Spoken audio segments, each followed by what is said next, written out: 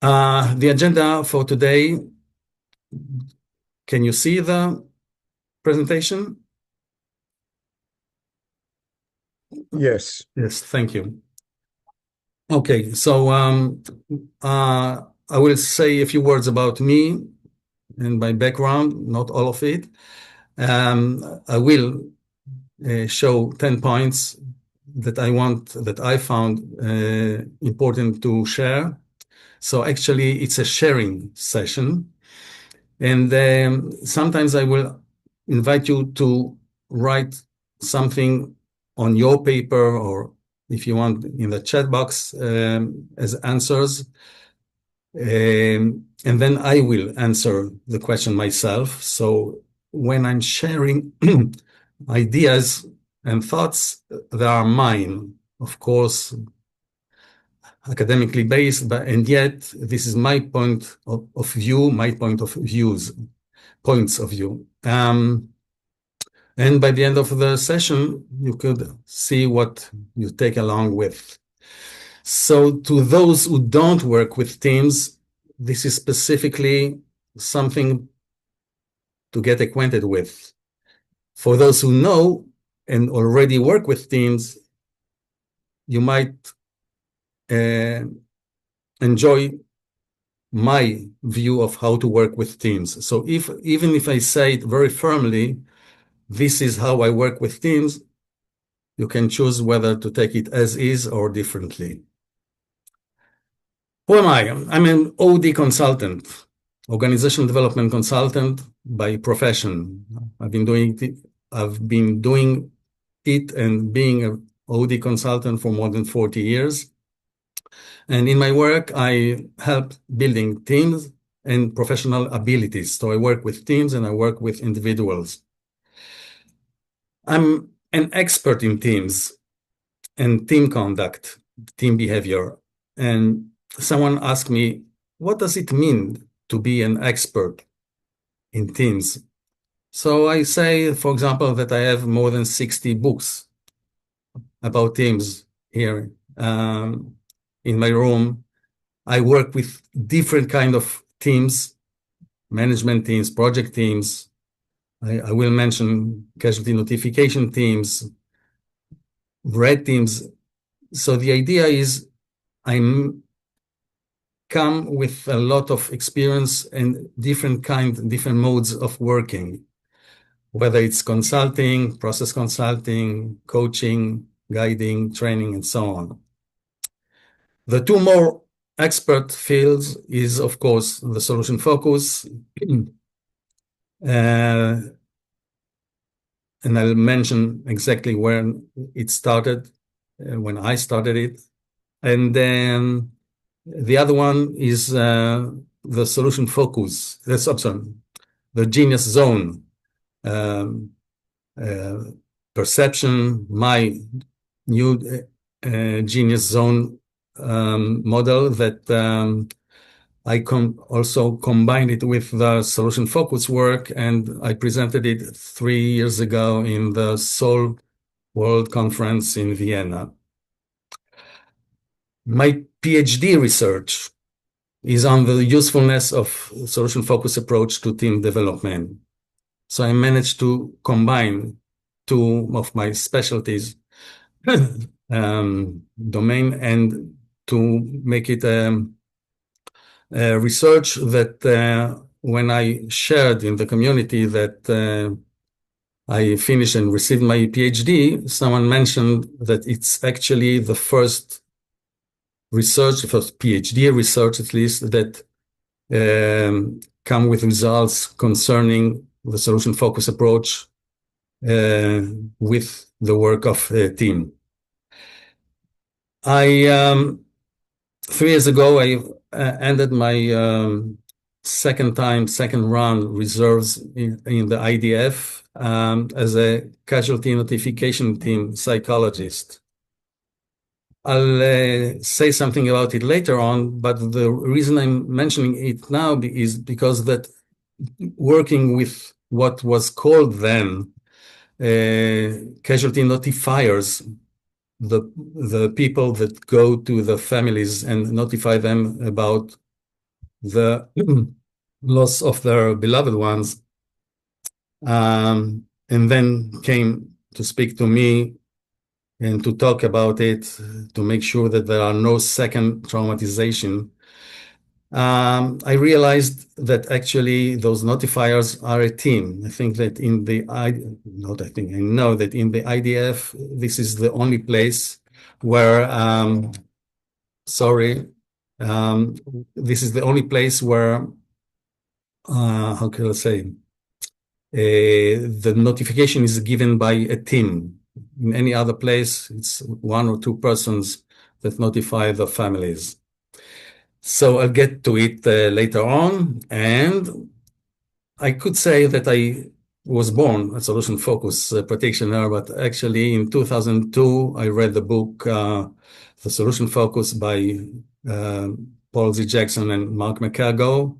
I participated in the a workshop in Bath, UK.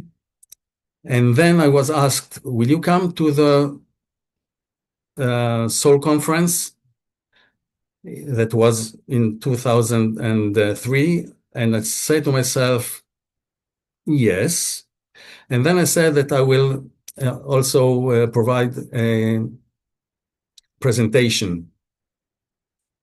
Then, and this is important, then I thought, I'm already a veteran as a consultant, but to come to a place and to show something about the work of solution focus for the first time and also in English. And then I realized that when I asked myself, what do I have to offer? At first, it was a panic question. And then I realized that it's also a very good question. What do I have to offer? And that taught me that I can always take a panic question and change it into a working question. So today, when a VP that I give consultation to asks me, the CEO took my budget, what can I do? I smile and I say, excellent. He asked me, what's so excellent? Well, this is a very good question. What can you do when some of the budget was taken from you? And then we work on it. So in 2003, in the conference, I gave my first presentation in the community titled on becoming a solution-focused team. When I answered myself, what can I present? I realized that as I was working with teams, I will do solution focus work, team development with a team. It was a management of electronic plant, and then I will share it. And that was it. All the rest is history. So now getting into the topic. A question for you to either to write down or to say it aloud. Mention three people by names or by characteristics that you met today. It can be in your life, at work, in the conference. I'll give you a minute to think about it and then continue.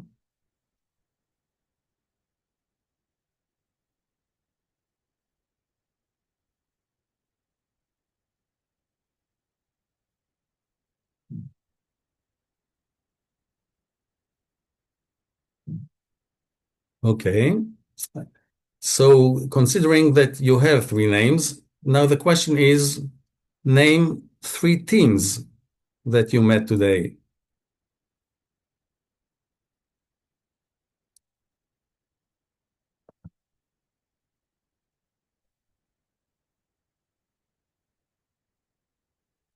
So I don't know how you did it, how you did what you did, but normally what happens is that it's much easier to give three names of people that you met than name three teams. it is also because a question that comes is, what is a team? What is a team? So I will continue with my presentation. And the main point that I want to say right now is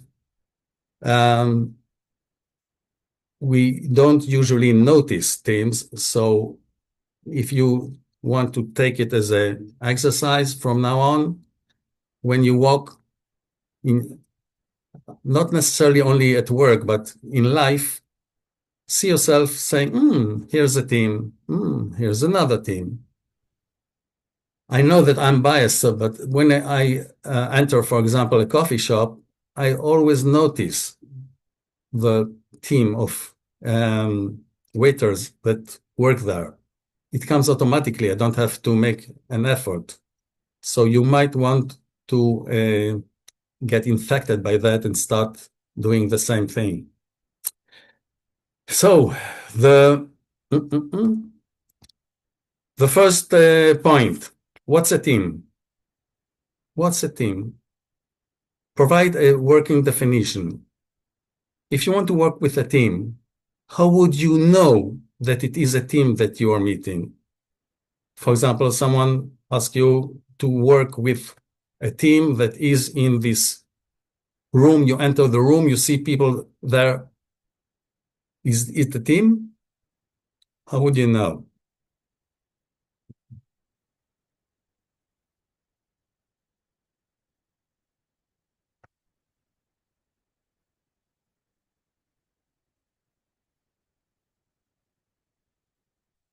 I'm being silent, so you can either say it aloud or write down your intuitive definition.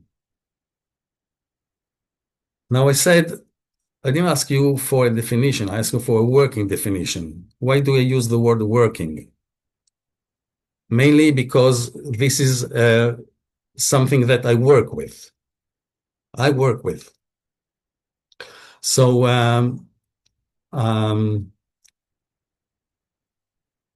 I saw the question that would be the next point.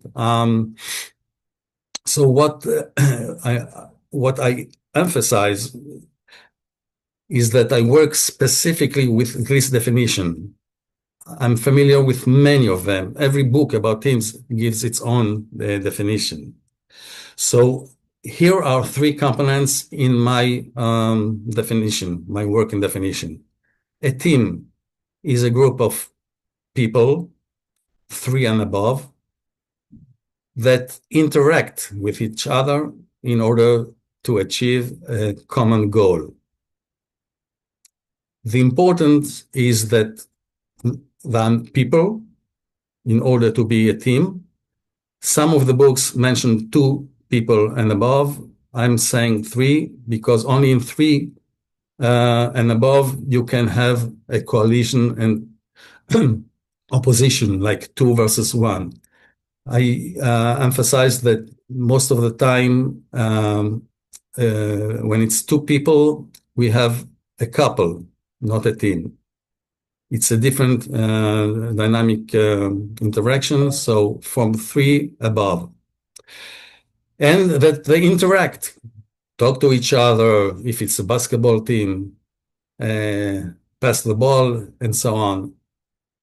And the third important component is the common goal.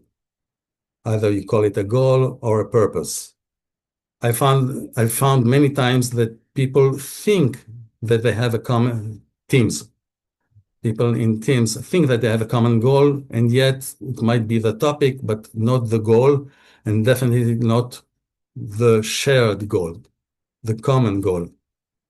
People waiting in a bus station, maybe if you ask them, where are you going? They will all say, we're going home. But it's not the same home, and they are not interdependent.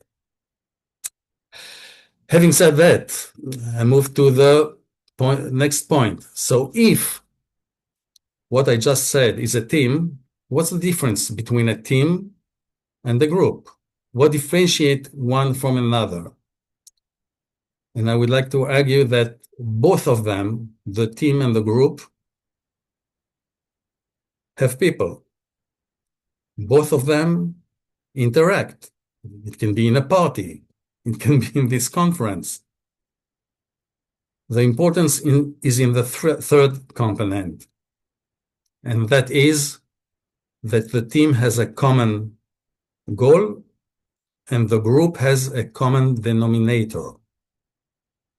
All those who have glasses are a group, not necessarily a team. All the men in this meeting are a group. All the women are a group, not a team.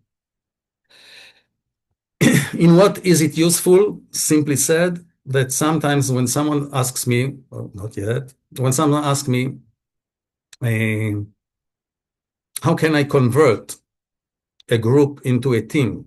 So the easiest way is to say to them, choose a common goal. Once you have a common goal that you all agree upon, you have a team. I once was asked by a colleague of mine that was he was a coach to a division manager, and he asked me, can I do the part of team coaching to his management team? And I said yes. And they wanted me to say, how do I work as a coach with a team? And when I explained to the people in the room, that was the manager, those in charge of HR, and those in charge of training, they seemed not to understand it. So they asked me, can you show us, like coach us as a team? I found myself coaching like in 5 minutes. And then I said, okay, I'm willing to do it, but please, in order for me to coach you as a team, be a team. They said, we are, you want to be a team? Choose, here's an assignment. Choose a name for your team. So they sat together, talked for some reason, and the minute they had a common goal that I gave them, it was enough for me to consider them as a team. And then I asked them a few questions. You would recognize those questions as solution focus method, and they realized how this can be done. Until that time, they knew concepts of team development, team building that were usually more of a dynamic working, like investigating problems and how to solve them. So that was number 2. Going to number 3. How many entities, and you have a picture, how many entities are in a team of 1 team leader and 4 team members?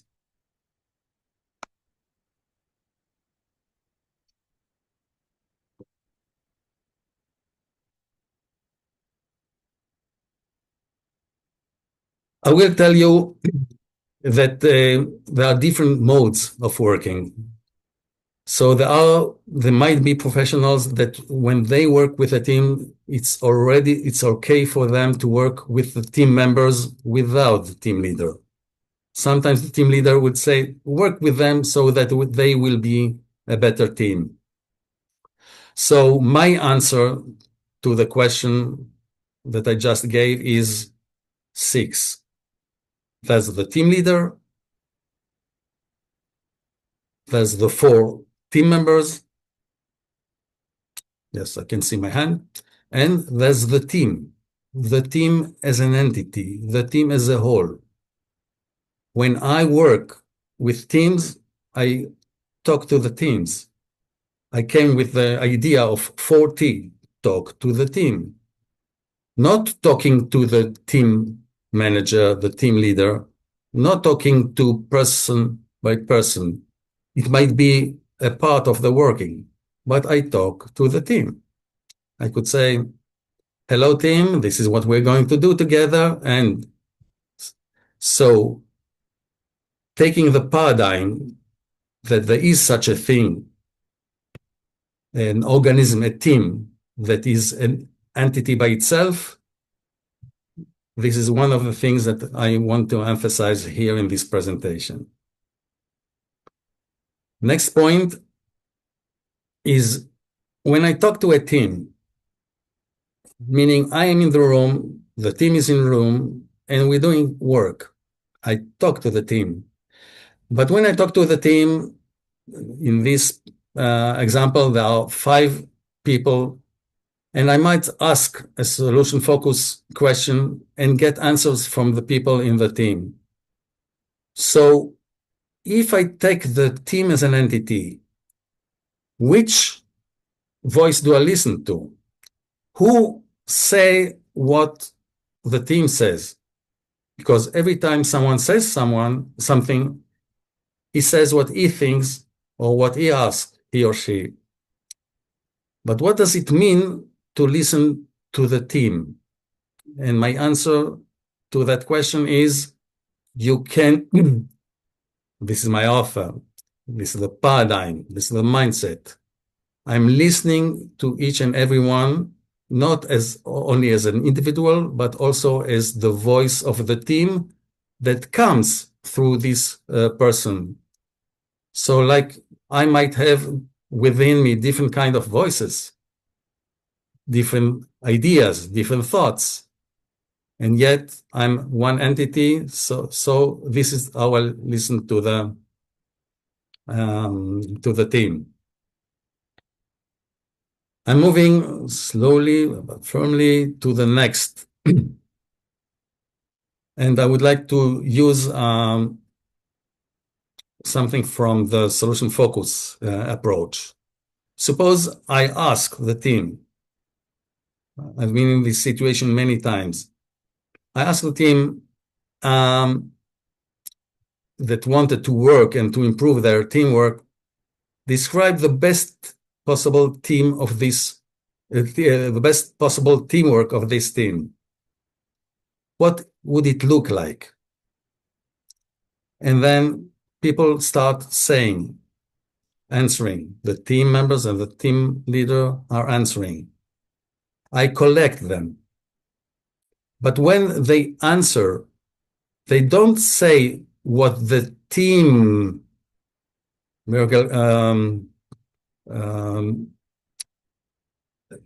how do you say, best hope is. They are saying what their best hope for the team is. So how does one address that point? For example, can I ask the team members, can I ask them, please don't tell me your personal answer. Give me the team's answer. So they cannot. They can't do it because it's too soon for them. And here's the 3 Musketeers, the famous quote saying, un pour tout, tout pour un, all for one, and one for all. I'm saying that, by the way, do you know who said it? Alexandre Dumas in the book, The 3 Musketeers. But you can see that there are 4 persons in. So there's D'Artagnan, Athos, Aramis, and Athos. So which one of them said? I looked for it. At the end of chapter 9, it's Aramis who says it. But the idea that I want to say through that is that first, one can be for all, and then and only then, all for one. We cannot work with teams starting right away.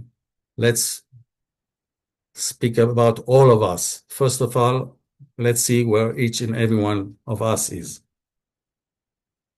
How do we go on from that? I'll get to it later on.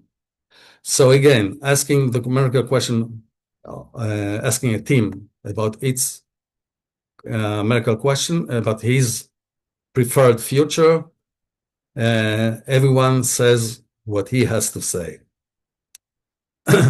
moving to the next the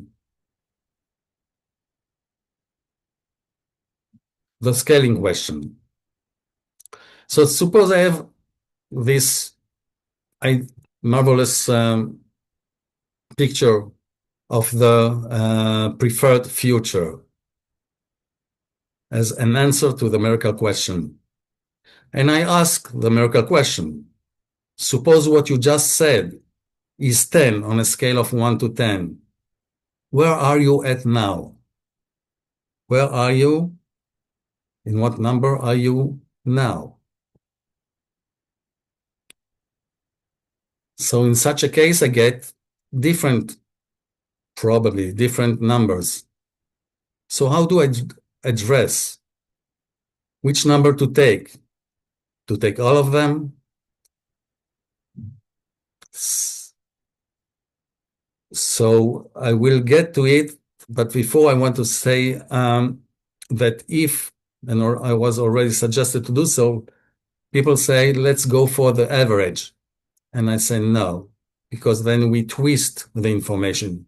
If at all, if you want to work with numbers as meaning something, so look for the frequency. For example, how many gave this number, how many gave that number, and so on. Coming back to the question, I already presented somewhere that I asked the scaling question, if this is 10 and 1 is on the other side, what number represent your view? And there was 1 that said 0 and 2 that said -1. And then I said to myself, they went beyond the scale. How do I work with it? And then I realized it doesn't matter. So for those who said -1, I said, you said -1, which is beyond the scale. Why -1 and not -2, 3, or 4? So the following question of the scaling question, why that number and not less, brings the result that we know also from working one-on-one on a personal coaching or personal therapy. And the answers that we get sometimes gives a very strong impact, because when someone starts saying, and I will follow it with what else, someone will go and say, okay, is it possible that we actually have good teamwork because we talk to each other, we help each other, and they suddenly give a picture that one might say, we don't need to continue. We already achieved what we want. So it's much more fruitful, very diverse answers to the following question of the scaling question. Moving to the next.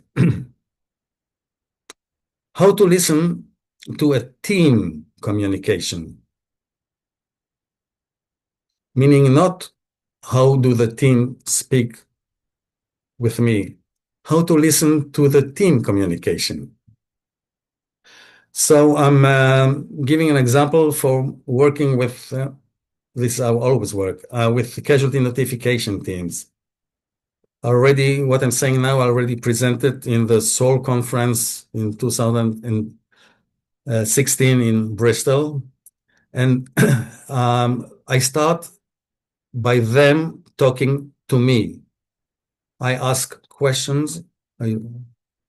I'll elaborate in a second, and then wait for them to answer. The conversation, and this is important, the conversation always starts by me asking, sort of doing a round, and then answering me. Yet, when the session continues, what happens is that they begin to speak to each other, not only to me.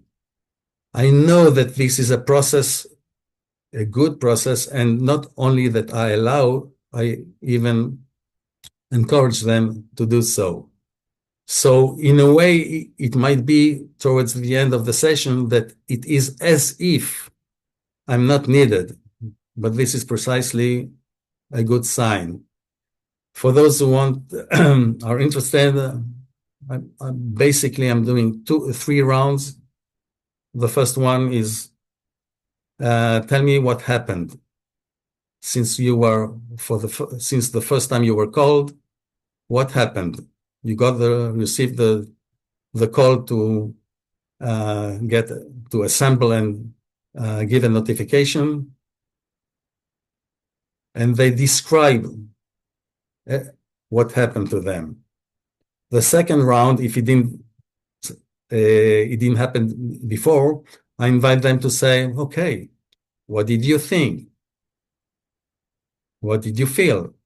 And I don't ask if there were problems. I don't ask if it was difficult for them. I let them say it with their own words.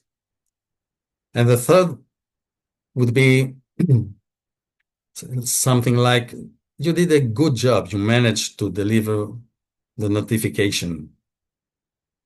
And you did it in the proper way. How did you manage? What helped you? And then I get to the resources, to the strength, and then the work is to make sure not only that they are not injured from the possible secondary traumatization because of the effect of what the family responded, but also to be stronger in order to be able to deliver next time another notification. Another point that I want to address is the authority of the team. So working with a team, there are 3 kinds of authority. There's the authority of the professional person, myself, either a consultant or a coach. There's the authority of the team leader, and the authority, of course, of team members and the team itself. The important is, and here is something that I emphasize, is that you take into account that not everyone is equal. I meet with the team leader before I start working. I get his permission, her permission to work with the team. And by getting this permission, the okay to work with the team, I get myself the authority to work. And I always say to the team leader that everyone is in the room when we work together. They all accept immediately. And then it happened that during a session, the CEO was called immediately, got a note immediately to get out, and for some reason. So the minute he started walking towards the door, I started walking behind him. And he said to me, you can continue without me. I know I can, I answered. And yet the idea is that we work on it together. So I'll wait with patience until you come back, and then we continue. Working with the team includes the team leader. I know some other, even colleagues of mine, work differently. This is how I work.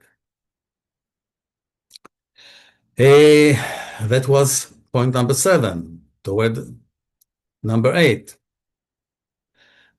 Sometimes, actually many times, I think that people mix their perception about the concept of teamwork. So I'm here to say it loud and clear. Teamwork is a concept of its own. Teamwork is not the work of the team. A team can manage to bring results if they do their work without having a good teamwork. I remember once in a newspaper that I read that a specific basketball team managed to win the game even though the teamwork was poor. So teamwork is not the work of the team. Okay, so if it's not the work of a team, what is it? Simply said, I would say it like that. If a team consists of people, teamwork consists of values of how to work together, trust, cooperation, collaboration, sometimes sort of friendship, mutual assistance, and so on and so forth. So teamwork is important, and some teams invite me to improve their teamwork, but it's a different concept. I would say even more. I was asked, it was in a petrol company to improve the teamwork of the managers there. And coming to do the job, I asked, okay, so what's the team that you want to work with? He says, there are no teams here. In this specific division, there are no teams. There's everyone here in this division work on his own. He has a project, he has a deadline, he has goals and objectives to attend, but they don't work as a team.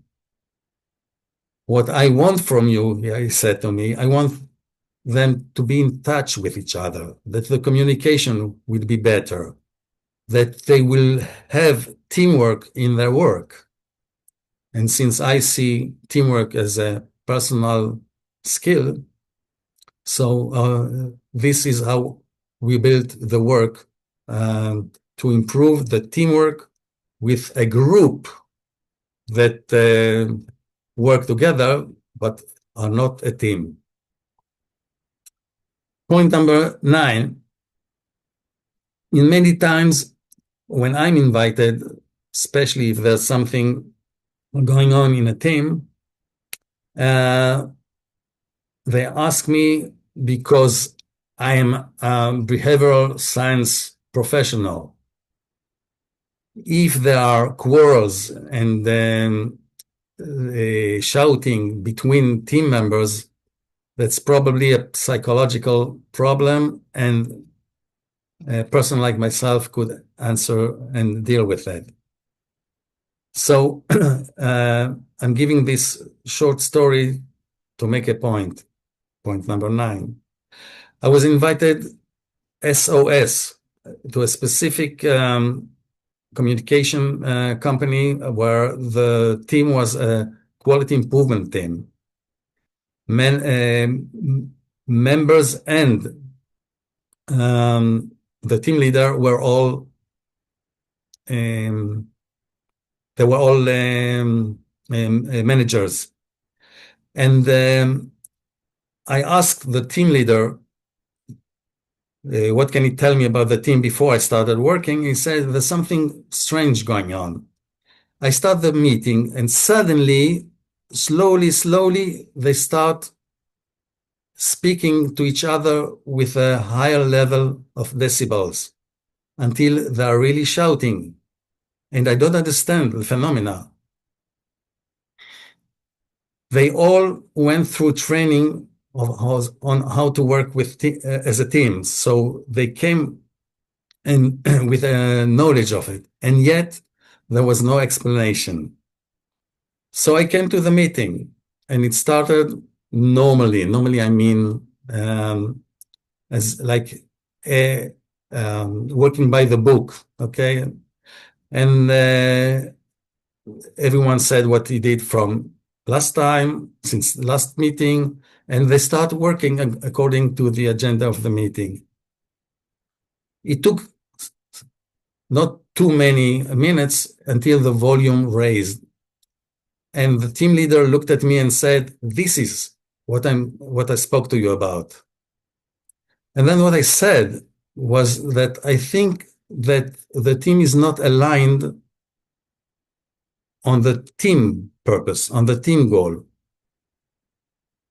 And the team leader was angry and said, but we spoke, you and I. I told you that we are here to improve. I said, okay, so what I ask the team is that each and every one will write on a note, what's the purpose of the team? What's the goal of the team? And everyone did so. And then I asked everyone to read. And they read what was written. Apparently, everyone understood differently what they were about to improve. So everyone pulled towards his or her direction. So what I want to emphasize that sometimes the issue, though it seems something in the interpersonal area, is not there. It's in the task direction. What was done in this very meeting, they switched the conversation into, okay, let's agree upon what we improve. And that was it in one session. Point number 10 is for me to also say that sometimes I'm not conducting solution-focused team development or solution-focused team building. It might be just being invited for one session. So in a medical center, the manager, the director of the medical center asked me to come to a specific meeting. He said, I have a very good management team. They all know how to manage together, and they all know professionally their profession. But every time I have to deal with each and every one of them because they don't realize that they have to work together. So what I invite you, he said to me, come to a management meeting of 1 hour and a half. We'll have a break and then do your stuff. It was interesting. I went there, I sat in the meeting, and with a notebook, I wrote. All my behavior was listening and writing. I didn't say anything. Then they took a break of 5-10 minutes. And during the break, the team leader came to me and said, I want to make sure you are not now going to give me feedback about how I facilitated the meeting. I smiled and said, no, that was not what you asked me. And then we come back, and my first approach, my first question to them was, how many resolutions, how many decisions did you make in this meeting? 1 hour and a half. So the answer was, we don't know. We can look into the protocol and see. And then I said, I know, 19 big and small decisions, 19 decisions in 1 hour and a half. Wow. By the way, the wow I took from Insu Kimber. I once talked to her about her wow. She had different kinds of wow. So I said, wow, how did you do it? How did you manage? And then they start saying, we understand each other, we work together, and everything was around teamwork. So I didn't have to go through the whole cycle of asking the miracle question. In one session, the impact was very strong. So this is to say that we can work the solution focus more than one way, even with teams. This is something that I always show many times working with teams. mainly through training, I provide this 10, sort of as if 10 commandments, 10 principles that I call solution-focused teaming principles, but they are good for everyone. You might know some of them as tools and not principle, but this is what I show them. When I start by, let's say, a session of 1 hour to let them know the principles that I will work along with, it already builds a platform to start working differently. That is it. I will close the presentation, and if you have any question